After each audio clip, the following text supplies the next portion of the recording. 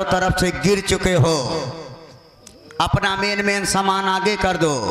जिसके पास जितना धन दौलत पैसा लिए हो सब लोग आगे कर दो, और जिसके पास पैसा नहीं है वो अपने अपने घर जाकर आटा चावल दाल खटाई नमक मर्चा लहसुन प्याज तेल मसाला लेकर आ जाए।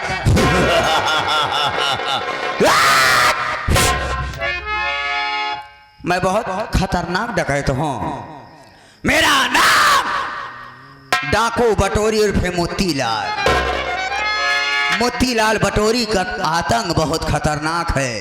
मैं किसी से नहीं डरता, ना तलवारों की धार से ना गोलियों की बौछार से। बटोरी मोतीलाल डरता है तो केवल मेहरारू के मार से।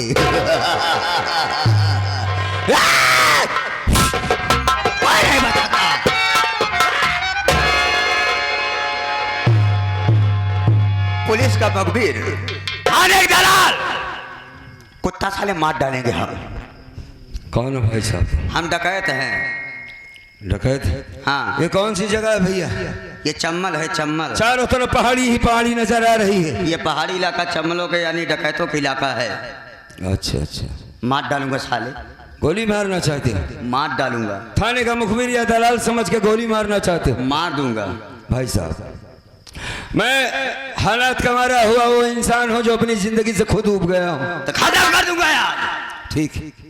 सामने पहाड़ी तक जा रहा था कि पहाड़ी पर से कूद कर मर जाना चाहता था। मर हुआ ठीक, उससे मरता तो तड़प तड़प के मरता गिर कर। हाँ, एक बार सीने पे गोली मारो, बात यहीं से खत्म हो जाए। वैसे भी जीना नहीं चाहता हूँ, मार दीजिए गोली। मार दो मेरे, मार। लेकिन तुम मरना क्यों चाहते हो? कौन सी वजह है जो मरना चाहते हो? भाई साहब, मैं अपनी वजह किसी से बताना नहीं चाहता। बस ऊब गया हूँ ये अपनी जिंदगी से, चला जाना चाहता हूँ दूर इस दुनिया से। मैं जीना नहीं चाहता हूँ। मर जाना चाहते हो? हाँ भाई साहब। तो मर जाओ। गोली मार दो। लेकिन मरने से पहले हम तुमसे रिक्वेस्ट करते हैं भाई साहब कि तुम अपनी कहानी बताओ। क्या नाम है, कहाँ के रहने वाले हो, आखिर तुम अपनी जान क्यों देना चाहते हो? बता दो। क्या करोगे ये जानकर? हम तुम्हारी मदद करेंगे। मदद करोगे? जी हाँ। आज पहली बार किसी आदमी ने मुझसे इतनी अच्छे से बातें किया। हमने सुना था कि डकैत बड़े खुखार होते हैं, देखते ही गोली मार देते। मैंने कहा मुझे गोली मारो, बेचारा मेरा राज पूछ रहे हैं तो क्यों मरना चाहते हो? भाई साहब, हाँ। मैं काजलपुर से आया हूँ। शहर से काफी दूर है काजलपुर। अभी अभी अपने पत्नी की चिता में आग लगा के आ रहा हूँ बाबा। अब इस दुनिया में हमारी पत्नी नहीं रही, उसको मार डाला गया। हमारे ही गांव का रहने वाला सेठ रंजीत ओबराय उसकी इज्जत को लूट लिया। उसके बाद जब उसने कहा कि सारी बातें अपने पति से बताऊंगी तो उसने उसके पेट में चाकू मार दिया और इस दुनिया में नहीं रही। बहन की ससुराल नैनागढ़ में है, वहां पर उसे दहेज के लिए मार डाला जाएगा। वॉशिंग मशीन, मोटरसाइकिल, 50,000 रुपए नगद की मांग है। ना तो मेरे पास पैसे हैं, दहेज देने की रकम है, और ना ही सेठ रंजीत ओबराय से सामना कर सकता हूं मैं। ऐसी जिंदगी जीने से बेहतर इंसान को मर जाना चाहिए भाई साहब। अपनी जिंदगी से ऊब कर आया हो इस पहाड़ी पर। आखिरी बात, या तो तुम मुझे गोली मार दो मेरे भाई, या तो मुझे पहाड़ी पर जाने दो। मैं मर जाना चाहता हूँ, जीना नहीं चाहता हूँ। मर जाओ। हाँ। एक बात हमें ये बताओ। हाँ भाई। कि अगर तुम मर जाओगे तो क्या तुम्हारी पत्नी का आत्मिक शांति मिलेगी? नहीं मिलेगी। अगर अपनी पत्नी का आत्मिक शांति देना चाहते हो तो उठा लो बंदूक का बाना, उठा लो बंदूक का बाना, और जो रास्ते मैं बता रहा हूं वही उसी रास्ते में चल रहे हो। आज के बाद ये समझो कि गरीब का कर्मा मर गया। मर गया? गरीब का मर गया। वैसे ही तुम मरना चाहते थे, आवाज के बाद जिंदा हो गया। डाकू कर्मा से, डाकू कर्मा से, डाकू कर्मा। मिटा दो उन हस्तियों को जिसने तुमको बर्बाद किया है। जितने पैसे की आवश्यकता है हम तुम्हारी मदद करेंगे। और आज के बाद तुम हमारे गिरोह के सरदार बनोगे और हम ये डाकू बटोरी मोतीलाल आपके साथ ही बनेगा। अच्छा, एक बार भी नहीं सोचा कि मैं झूठ बोल रहा हूँ कि सच बोल रहा हूँ। हमारी हकीकत क्या है? हाथों में बंदूक दे दिया, भरोसा किया है मुझ पर। जी सरदार जी। तो इस भरोसे को टूटने नहीं दूंगा। मैं वादा करता हूँ कि जिस तरीके से तुमने हम पर एहसान किया है, इस एहसान का बदला एहसान से ही चुकाऊंगा। अगर कभी जरूरत पड़ी जान देने की तो ये कर्मा हंसते हंसते अपने सीने पे गोली खाएगा, तुम पर आंच नहीं आने देगा। इस लड़के ने बिल्कुल सही कहा दोस्तों कि अगर मालिक ने जिंदगी दिया है तो मरना नहीं चाहिए। मरना एक मुश्किल होती है। इंसान को अपने तरीके से जीना होता, हालात से लड़ना चाहिए। और इधर जाके हमारे दिव्यांश सिंह भैया जो कि 2026 के प्रधान के प्रत्याशी साहब, सीन देखते हुए और जो भी बचा था पुरस्कार पार्टी हार्दिक बधाई देती। धन्यवाद। बड़ी अच्छी बात है, बहुत अच्छी बात है साथियों। अब आज के बाद ये कर्मा मर गया। जिस कर्मा के हाथों में सिर्फ फावड़ा हुआ करता था, गरीब आदमी मजदूरी करने वाला कर्मा, आज मालिक की मर्जी देखिए उसके हाथों में बंदूक है। इसका अंजाम क्या होगा ये तो नहीं जानता मैं, लेकिन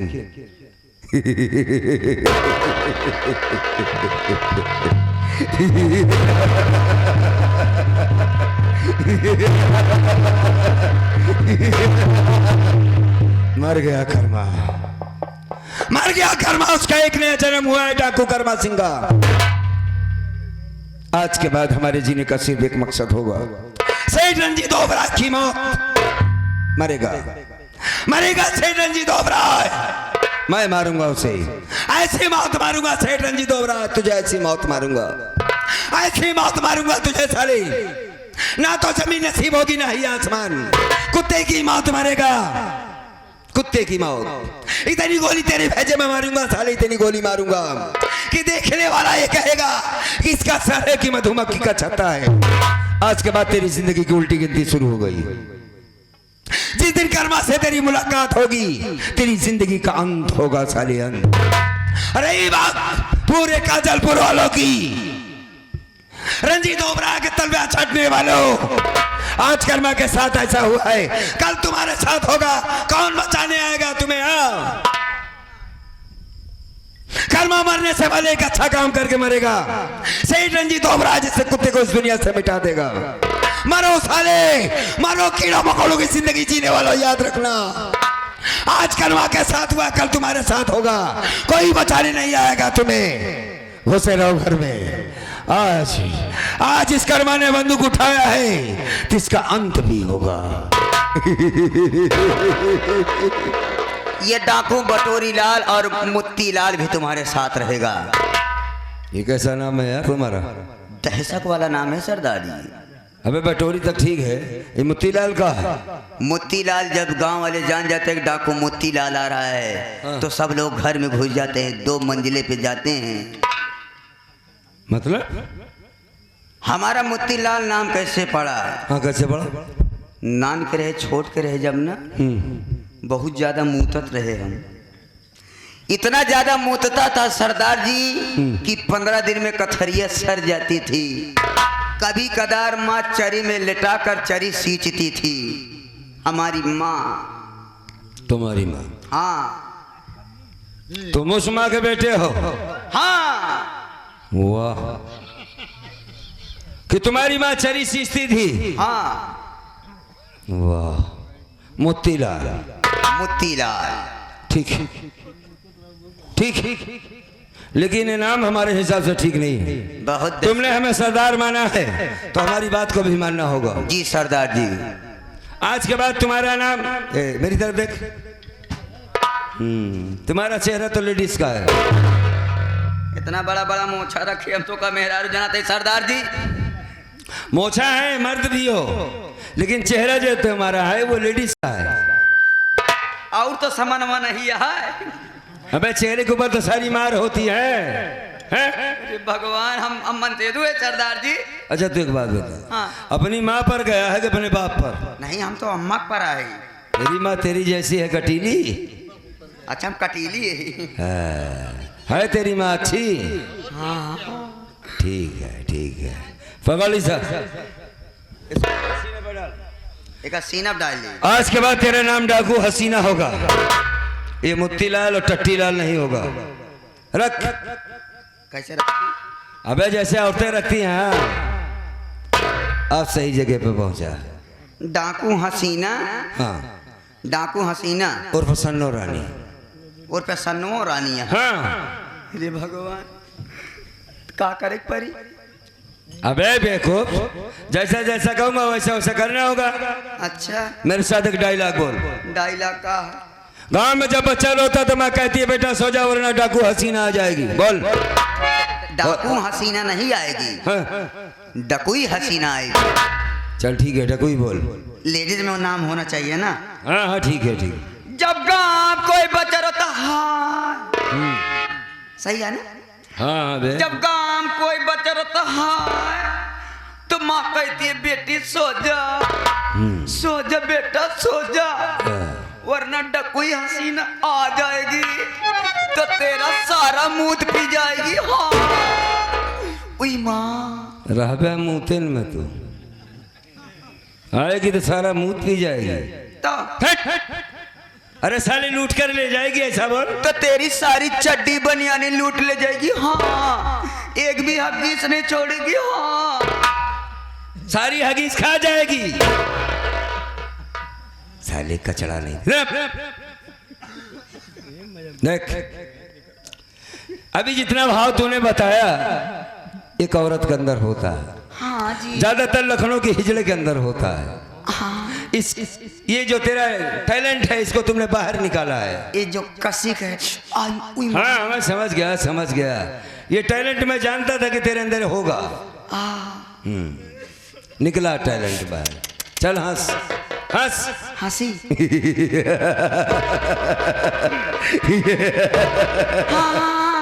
हाँ ठीक है, हंस।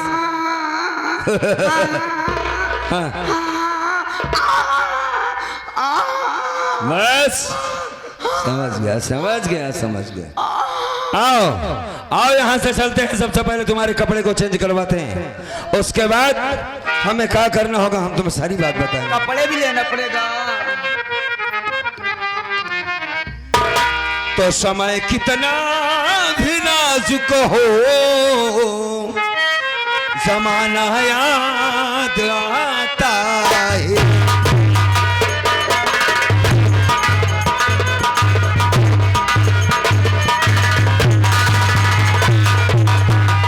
समय कितना भी नाजुक हो, जमाना याद आता है। हाँ। और महाभारत में अर्जुन का निशाना याद आता है। आओ।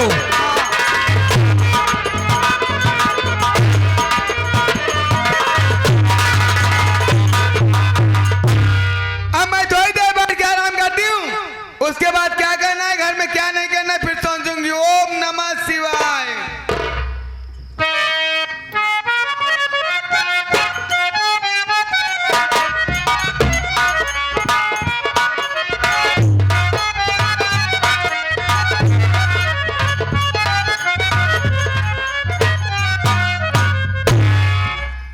अम्मा चला खाना खा ले माई। तो का मना कह रहे ना आए थे, फिर कैसे आए? कैसे आए? हाँ, हम आए ना सके थे, हमारे घर द्वार ना बाटे। तोरे हाथे के बनवा खाना ना खाब कह रहे ना, तो फिर वो नहीं तो उसी शिकायत तो जी करूँ कैसी? अपने बेटा से और कैसे? पर्वतवा से। हाँ, कैसे मुंह लटकाए यार? तबीयत ना ऐसे ही बाटे, वही दिन से जब आए रहे तब तबीयत ना ठीक बा? हाँ। दवाई चाहिए? मंगवा दे तू अम्मा। अच्छा दवाई मंगाई थी। हाँ। दवाई हम खुद ही दे रखे आगा तुरंत। दे।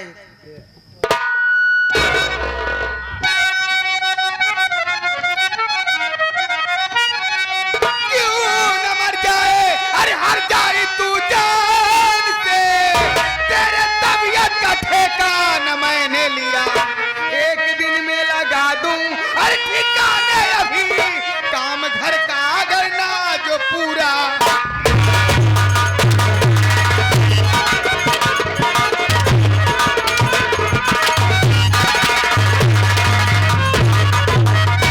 हर जगह तो बुखार भाई, बुखार का बहाना का घरे में आराम करती है, आज तो का चला के मार डाल तो भाई कर्मो दहे नहीं देना तो का राह नहीं दे।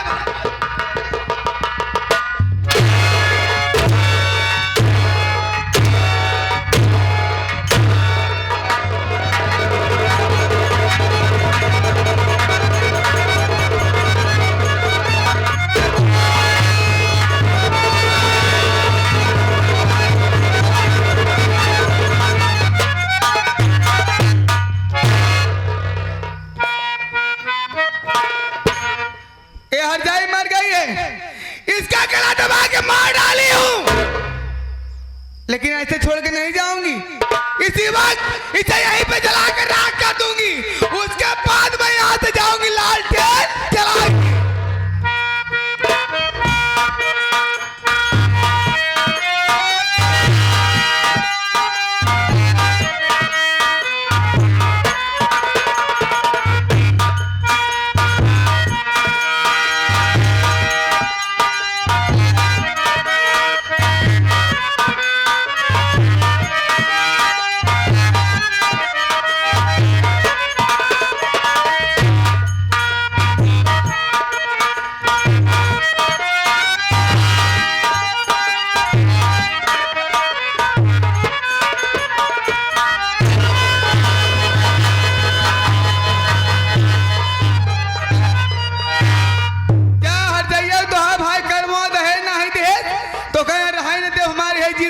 अब तो ये चल के मर जा, मैं यहाँ से भाग जाती हूँ। हर हर महादेव।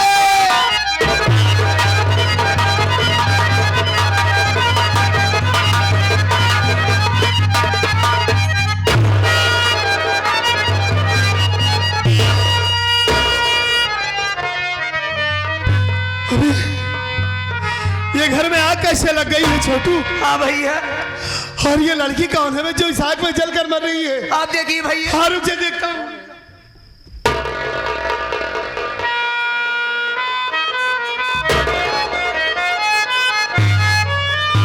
भैया अभी ये तो हमारी कजरी है। कजरी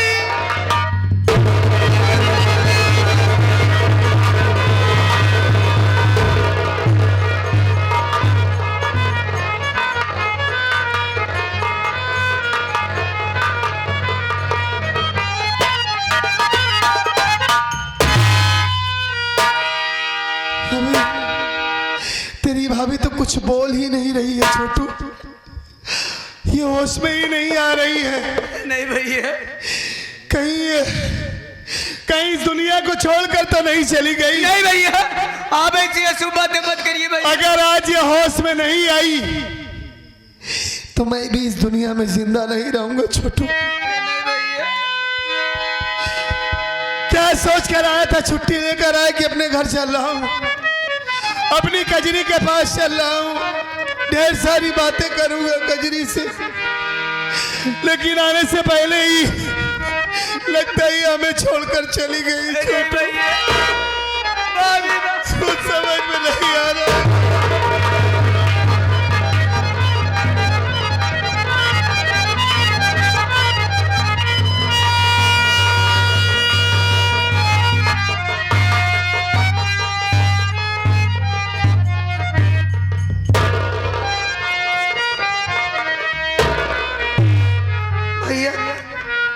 भाभी माँ के होश में है भैया, भाभी माँ होश में है भैया।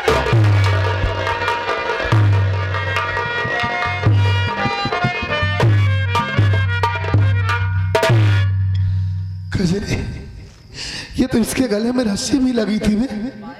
हाँ, ए कजरी, देखो कौन आया है। ए आंखें खोलो, आंखें खोलो, देखो मैं तुम्हारा पर्वत। ए कजरी, होश में आओ, होश में आओ कजरी। भैया देखो मैं पर्वत तुम्हारा आया हूँ। भैया ए कजरी, भैया आंखें खोलो, बात करो मुझसे। ए कजरी, भैया हाँ। आप भाभी माँ को बता दीजिए, मैं पानी छींटा मारता हूँ भैया, उसके बाद होश में आ जाएगी तो बात कर लेना। हाँ ठीक कह रहा है तू, पानी लेकर आ, मैं बिछाता हूँ। हाँ भैया।